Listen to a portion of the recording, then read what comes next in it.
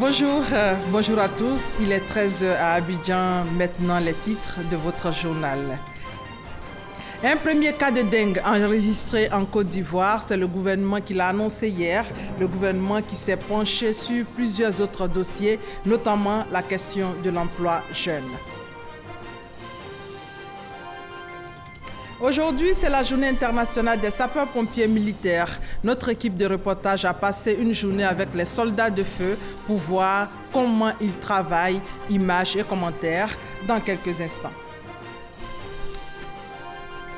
Loin de nous en France, l'actualité, c'est le second tour de la présidentielle du dimanche 7 mai. L'unique débat entre les deux finalistes, Emmanuel Macron et Marine Le Pen, a viré. Retour sur les moments forts dans ce 13 h. Mais avant, un cas de dengue signalé en Côte d'Ivoire, précisément à Benjerville. Information majeure du Conseil des ministres d'hier. Le Conseil a aussi abordé la question de l'emploi jeune. Ce qu'il faut retenir, c'est que 4000 jeunes ont bénéficié du programme de travaux à haute intensité de main-d'œuvre. Timo, Jérôme Kofi Aboulin pour plus de détails.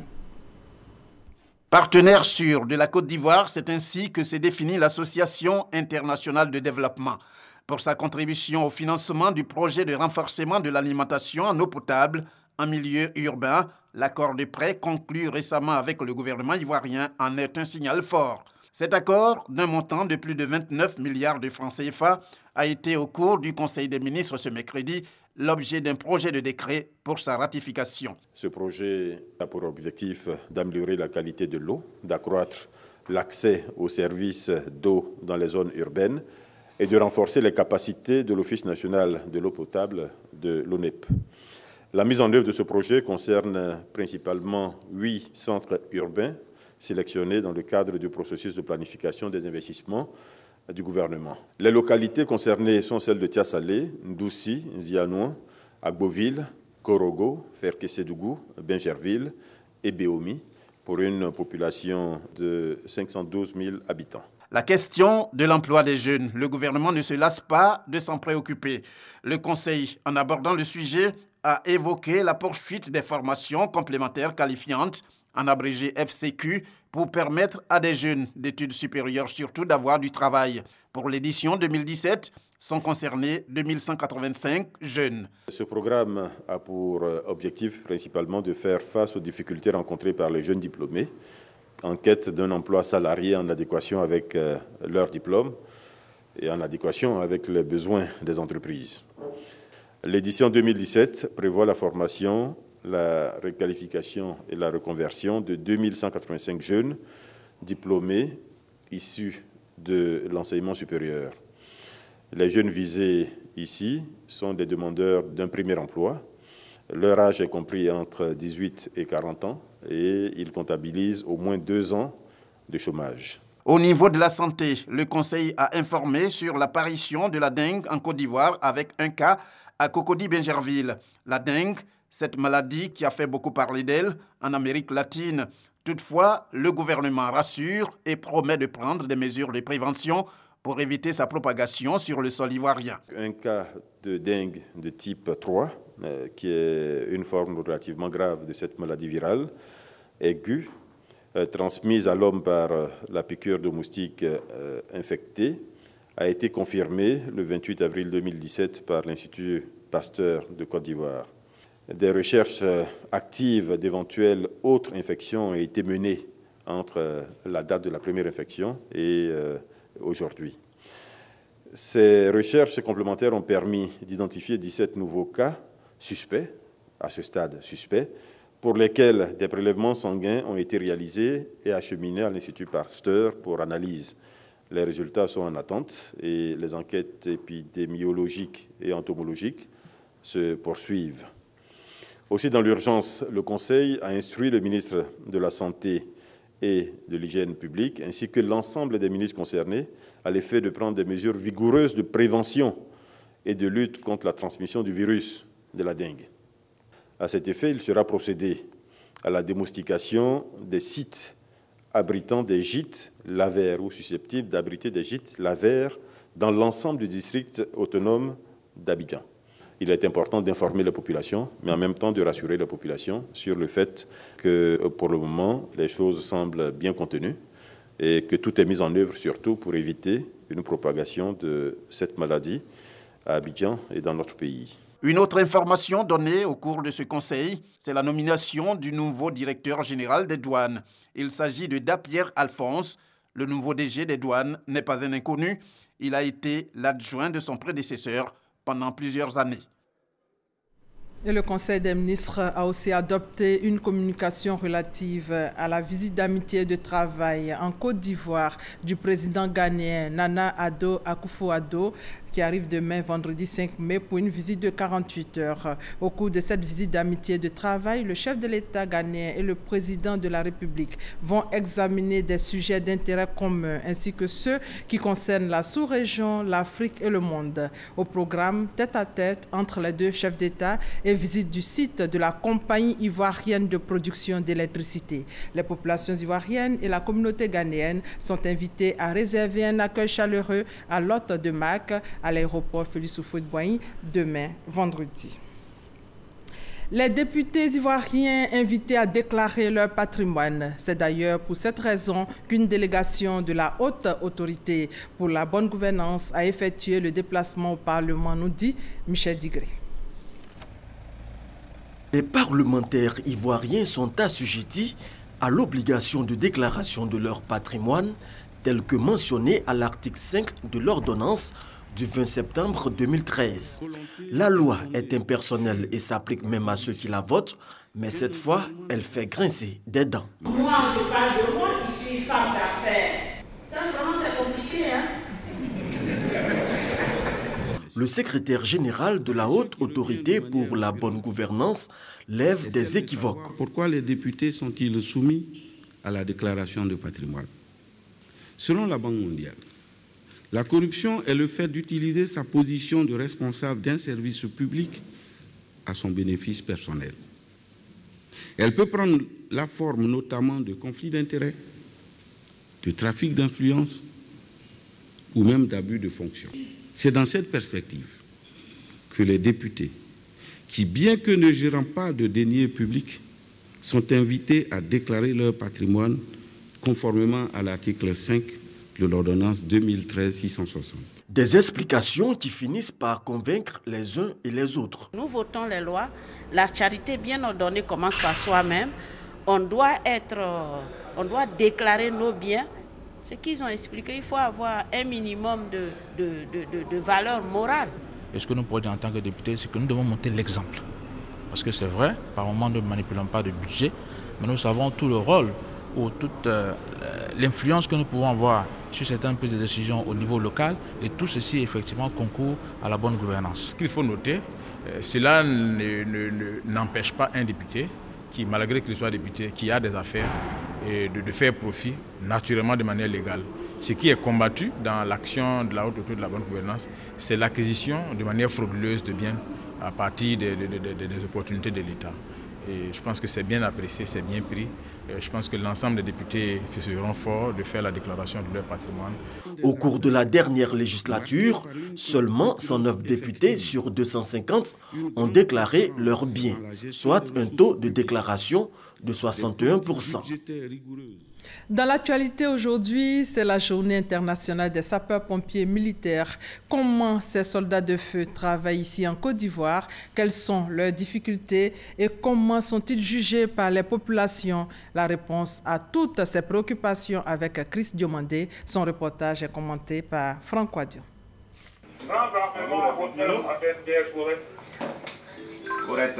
Un appel de détresse ce matin au centre d'écoute des sapeurs-pompiers militaires d'Adjamé.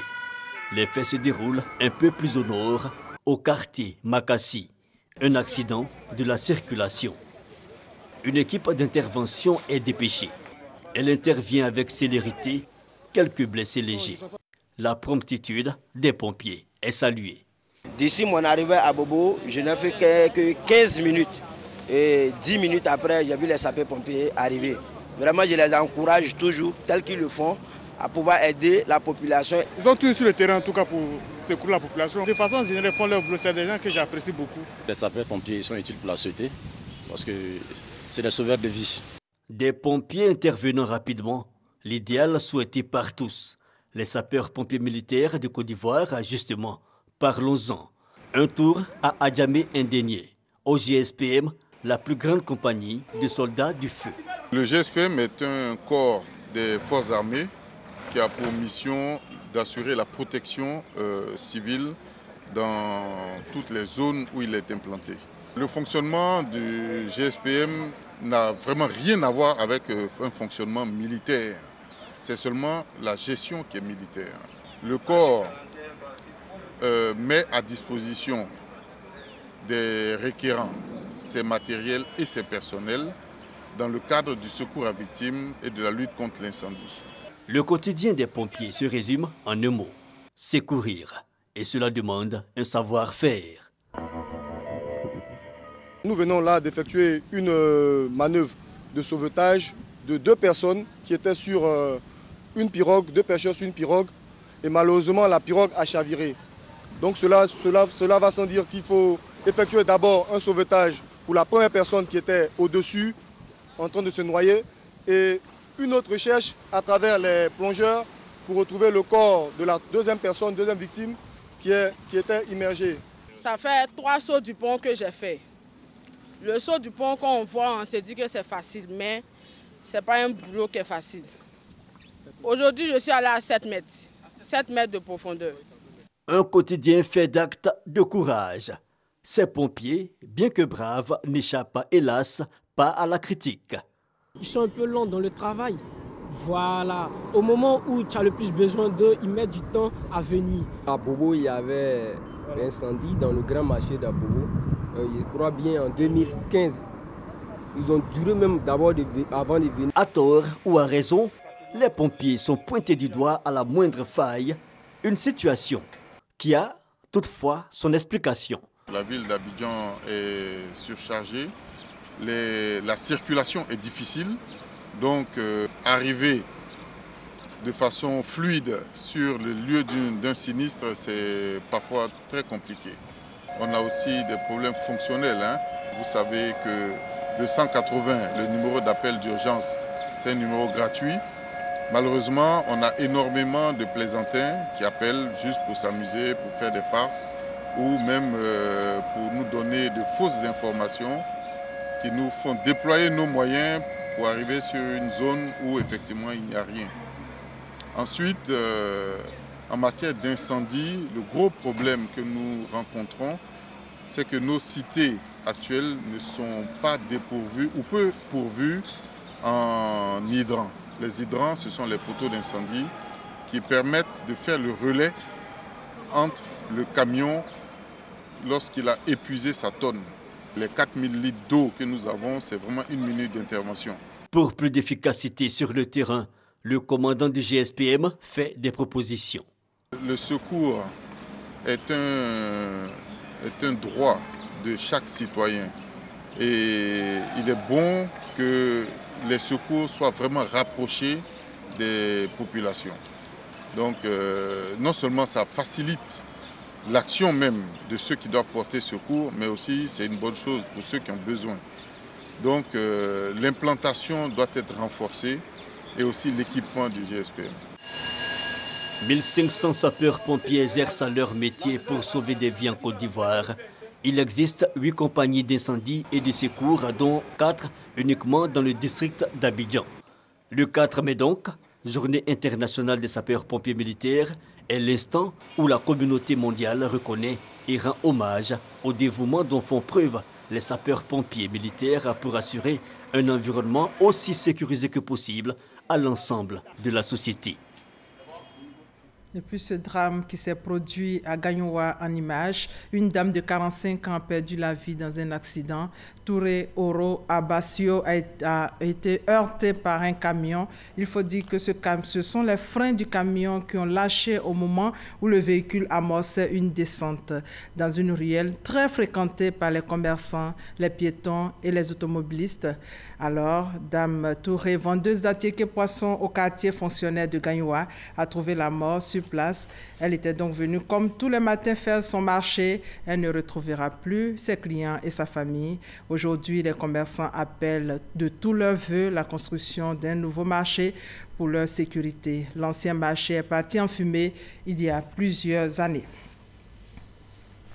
Ici à Abidjan, la Caisse nationale d'assurance maladie signe une convention avec les établissements sanitaires publics et les centres médicaux et universitaires. C'est dans le cadre de la phase expérimentale de la CEMU, la couverture maladie universelle. Il faut rappeler que la phase expérimentale concerne d'abord les étudiants. Chris Diomondé et Franck Quadio pour plus de détails.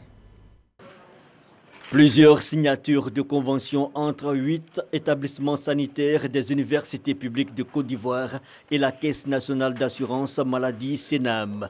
Ces signatures s'inscrivent dans le processus de lancement de la phase expérimentale de la couverture maladie universelle CEMU, fait par le Premier ministre Amadou Gon Coulibaly le 25 avril dernier. L'action de ce mercredi 3 mai symbolise donc le démarrage effectif des prestations de soins dans ces centres de santé dont les premiers bénéficiaires seront les étudiants. C'est une phase expérimentale en vue d'éprouver le fonctionnement opérationnel de la CEMU et d'identifier les obstacles et les procédures à améliorer en prélude à sa généralisation en 2018. Selon le directeur général de la CNAM, cette signature de convention précise les obligations des différentes parties dans l'exécution du système de la couverture maladie universelle. Pour lui, les partenaires doivent donner aux assurés des soins de santé de qualité et la CNAM s'engage à payer les prestations qui seront offertes aux assurés. Cette initiative du gouvernement est saluée par les présidents des universités Félix Houphouët-Boigny de Cocody et Nangui Abrogwa d'Abobo Adjamé. Pour rappel, la couverture maladie universelle est un système obligatoire de couverture du risque maladie au profit de l'ensemble des populations résidant en Côte d'Ivoire. Elle est gérée par la Caisse nationale d'assurance maladie. Crise d'urgence sanitaire, les journalistes formés sur la question pour informer les populations à travers leurs écrits. Chantal et Ouma Kandan faisaient partie des journalistes qui ont renforcé leur capacité sur la gestion d'une épidémie. Son reportage. On peut faire des meetings, convoquer la population, passer par les chefs coutumiers, par les responsables religieux pour mieux diffuser dans leurs communautés respectives les informations concernant les épidémies. Comment traiter l'information en situation d'urgence sanitaire? Telle est la problématique au cœur de l'atelier de formation que le ministère de la Santé et de l'Hygiène publique et l'OMS ont organisé à Grand-Bassam. Cet atelier visait à renforcer les capacités des journalistes sur la communication des risques de santé publique. C'est quoi par exemple une épidémie? C'est un terme souvent simple, mais il est également complexe. C'est quoi une endémie? À partir de quand on déclare une épidémie? Et surtout, quelle est la source de l'information? Il faut que les journalistes viennent à nous pour savoir un peu quels sont les éléments à mettre à la disposition des populations. Cette rencontre a mis l'accent sur les grandes thématiques de santé et les enjeux sanitaires avec, par exemple, la crise du virus Ebola vécue en Afrique. L'Organisation mondiale de la santé a indiqué que face à l'évolution de manière significative de la santé publique au cours de ces dernières décennies, de sérieux défis sont à relever en Afrique. Les situations d'urgence sont de divers types. Vous avez les catastrophes, vous avez les infections, vous avez les autres situations d'urgence liées aux guerres qui créent des effets sanitaires au sein des populations. Il faut pouvoir, dans un premier temps, détecter vite et puis confirmer, permettre de mobiliser les ressources pour y répondre et donc mettre en œuvre un partenariat qui puisse aider le pays touché à être protégé. Au terme de cet atelier, les participants qui disposent désormais d'outils nécessaires pour mieux traiter l'information en situation d'urgence sanitaire entendent relever le défi. Il faut savoir donner l'information de façon pertinente, précise et puis aussi vérifier la source. Il faut aussi éviter les rumeurs pour donner l'information vraie au point de ne pas effrayer la population. On apprend beaucoup de choses qui pourraient nous servir à bien édicter mes papiers, à bien les présenter et à savoir quoi présenter en urgence pour ne pas paniquer la population. Pour une meilleure collaboration entre le ministère de la Santé et les professionnels des médias, le Centre des opérations d'urgence de santé publique, installé au sein de l'Institut de l'hygiène à Treichville, est habilité à coordonner et à communiquer en temps réel les informations justes et utiles en cas d'urgence de crise sanitaire dans le pays. Environ 30 tonnes de médicaments saisis hier à Adjamé Roxy. Ce sont près de 150 policiers et gendarmes qui ont été déployés sur place à la demande du ministère de la Santé. Les faits avec Christelle Melan. L'opération a été montée en 24 heures dans le plus grand secret. Effet de surprise oblige pour garantir son succès. 400 hommes sont mobilisés sur le parvis du district de police d'Adjamé. Ils sont de la gendarmerie et de toutes les unités de la police nationale. Toute la zone de Roxy est bouclée. L'opération, menée à la demande du ministère de la Santé publique, est pilotée par le Cotramed et le commissaire du district de police d'Adjamé. 6h30. Ouverture des boxes de stockage de la plus vieille pharmacie de médicaments falsifiés, illicites et contrefaits à Abidjan. Ces genres de médicaments, vous voyez, qui sont conservés dans des conditions vraiment qui ne sont pas bien. Il y a la chaleur et autres. Même si ça avait été de bons médicaments au départ, les conditions de conservation dénaturent la qualité de ces médicaments.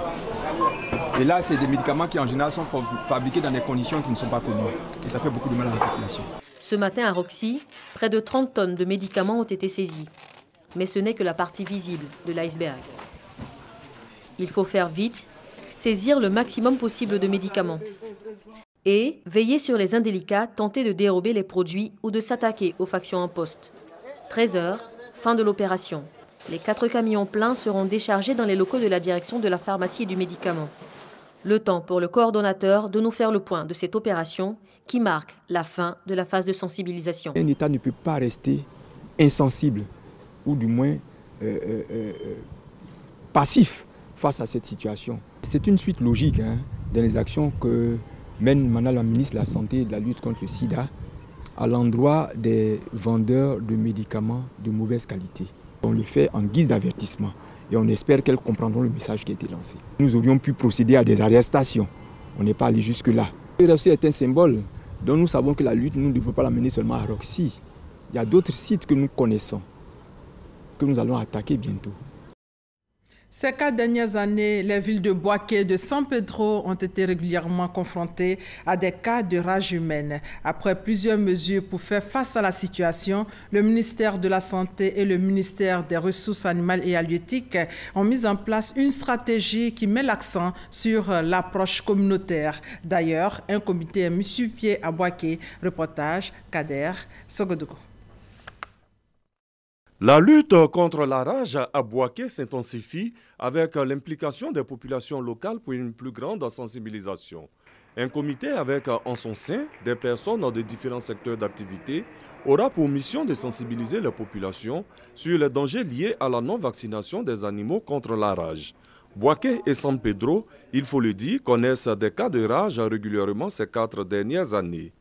Pour cela, le ministère de la Santé et de l'Hygiène publique, ainsi que le ministère des Ressources animales et halieutiques, grâce à un financement de la Fondation Gavi, apportent la riposte efficace. Le projet est piloté par le Centre suisse de recherche scientifique en Côte d'Ivoire. Pour mener à bien une intervention au sein de la communauté des populations et au niveau des animaux, il fallait mettre en place une structure locale qui aide à la mobilisation sociale pour permettre une bonne couverture vaccinale et une prise en charge des personnes mordues.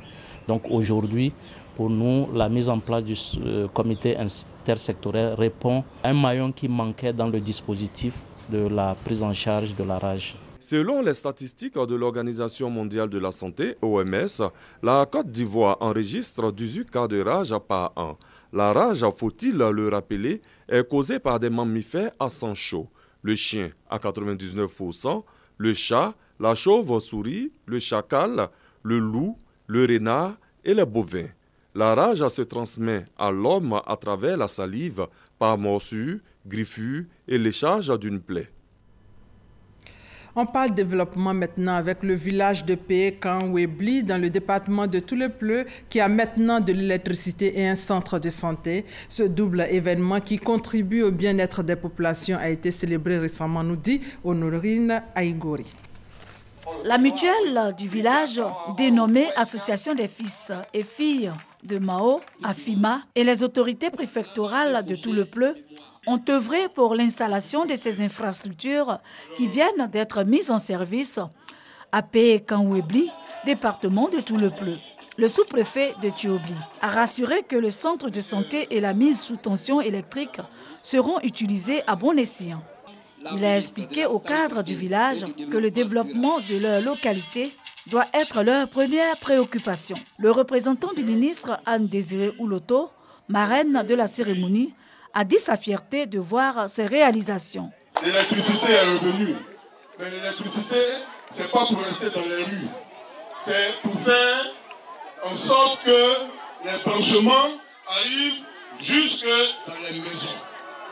Donc, il s'agit là de faire en sorte que les compteurs soient accessibles pour que les populations puissent en bénéficier. Quant au président de la mutuelle, AFIMA, de Péé-Kanwébli, il a invité les fils et filles et cadres de cette localité à mutualiser leurs efforts pour développer leur localité. Message bien perçu par ceux-ci qui sont venus par délégation prendre part à la célébration de ces deux événements. On reste toujours à l'intérieur du pays où les éleveurs, agriculteurs et acteurs de la filière bétail de la région du Thiologo se sont réunis à Fekessédougou. Objectif, trouver des solutions pour mettre fin aux conflits agriculteurs-éleveurs liés à la transhumance. Reportage Brahima Doumbia, commentaire Kader Sogodogo. C'est le centre culturel Guillaume Soro de Fekessédougou dans la région du Thiologo qui a servi de cadre à la rencontre entre éleveurs et partenaires de la filière bétail. Au centre des échanges, les conflits entre éleveurs et agriculteurs nés de la transhumance, l'occupation illégale des forêts classées et les propositions de solutions face à ces phénomènes. On est venu pour échanger parce qu'il y a trop de problèmes au niveau des pâturages. Tout le temps, il y a palabre avec des pelles, le propriétaire descend, problème de forêt classée. Alors, à un moment arrivé, le gouvernement a décidé de suspendre pour dire qu'aucune personne ne mettra plus pied dans les forêts classées. Dans tout le pays, il y a des lois, il y a des textes. Les ministères des ressources animales sont là. Les ministères de l'agriculture sont là. S'il y a un dégât de culture, que les gens n'ont qu'à aller appeler les gens de l'agriculture, les sous-préfets ou bien le préfet, ils vont amener les gens, ils vont aller faire le constat et puis ils vont discuter. Les éleveurs ont pris l'engagement de se conformer aux dispositions légales en vigueur. Après cette réunion, on continue de travailler seulement. On a appelé nos gens, ils sont venus pour écouter, donc on va continuer de travailler. Voilà. Aujourd'hui des rencontres avec le responsable de la SODEFOR et les responsables d'éleveurs qui sont présents dans la salle, il y aura des discussions. À partir de là, je pense que les éleveurs pourront vraiment vaquer à leurs occupations sans beaucoup de difficultés. Rencontre qui permettra sans doute de préserver longtemps la paix entre agriculteurs et éleveurs dans la région du Thiologo.